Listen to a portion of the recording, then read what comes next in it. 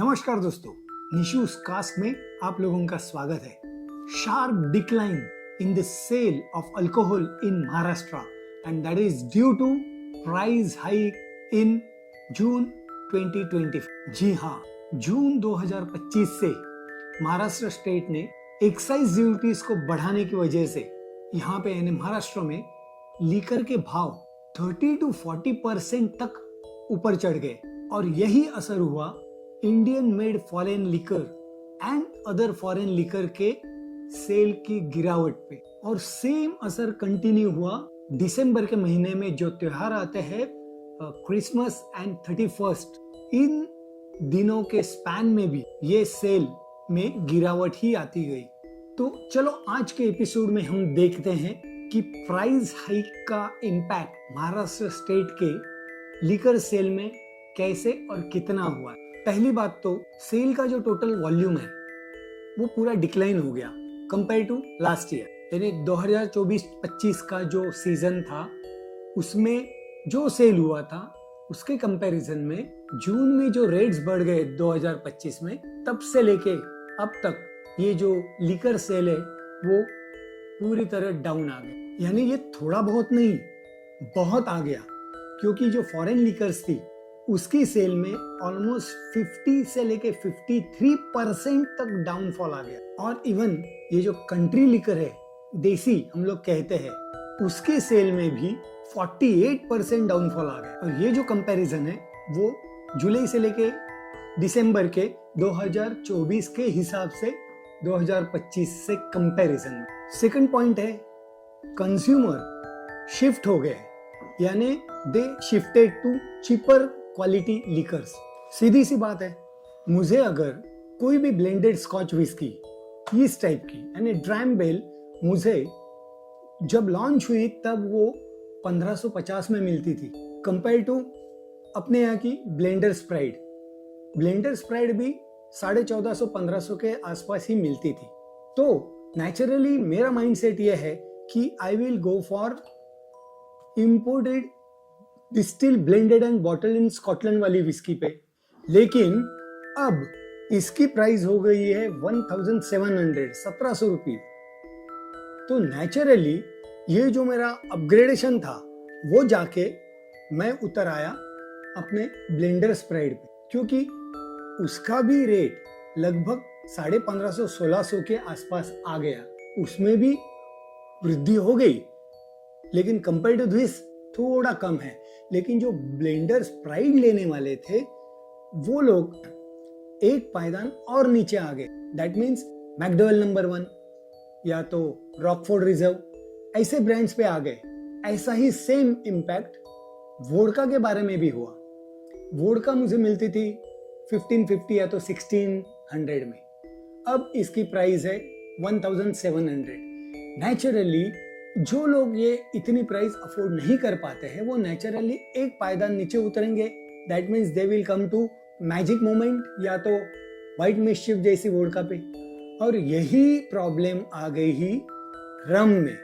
ये मेरे पास एक बॉटल है, बस इतनी सी बची है, लेकिन बहुत पहले ली हुई थी। इसकी प्राइस है 570, 750 ml के लिए 570। और आज की तारीख में यही प्राइस आप जाके देखेंगे तो 650-700 के आसपास आ गई है। इसकी 1 लीटर की बॉटल तो ओल्ड मॉन्क की 880 हो गई है। यानी जो नॉर्मल एवरेज रम थी उसके भी भाव बहुत बढ़ गए और इसी वजह से कई कस्टमर्स चीप क्वालिटी की लिकर पे आ गए।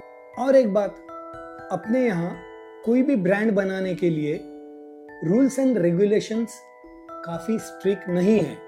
न्यूट्रल ग्रेन स्पिरिट इतना लिख दिया तो उसमें फिर कोई भी ग्रेन आता है और कोई मोलासिस का भी इस्तेमाल होता है।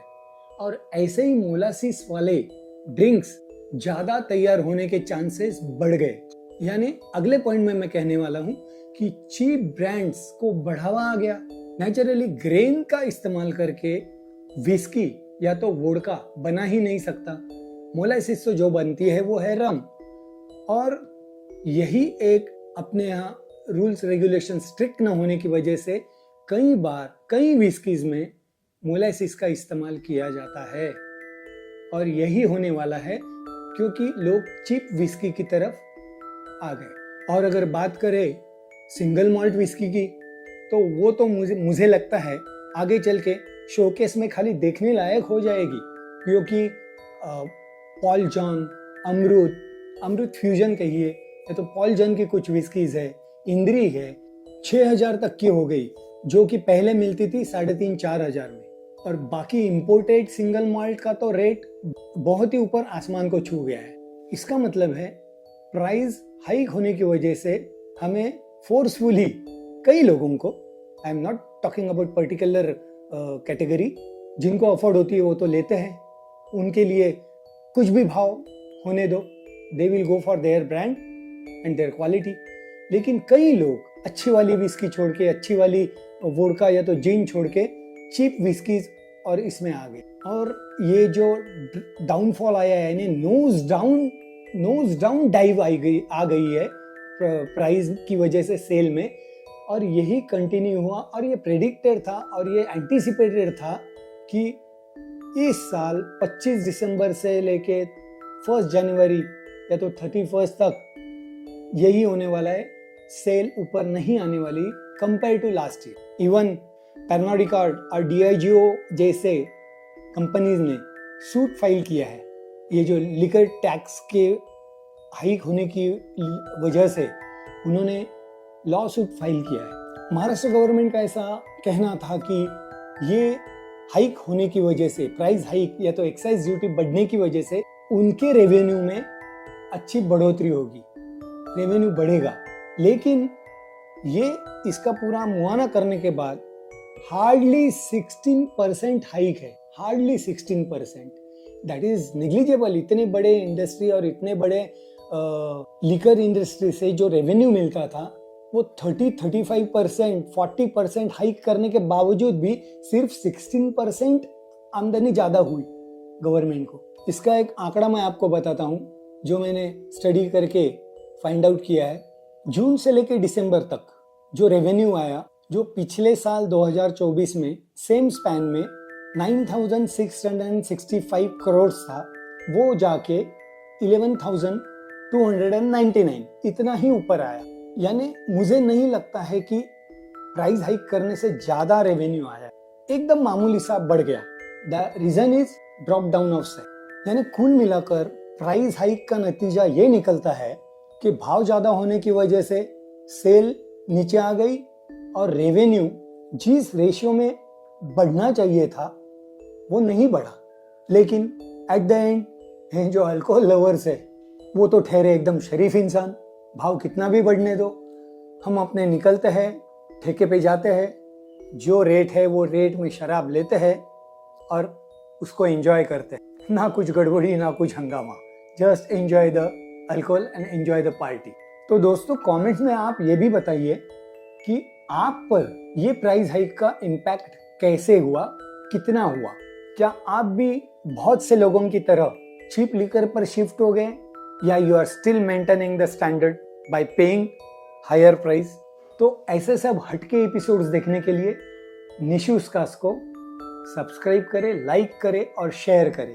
तो दोस्तों लेकिन रेट कितना भी बढ़ने दो और कितना भी कम होने दो, drink moderately, don't drink and drive, drink responsibly, and let's learn how to drink it right with Nishu's cast. Cheers!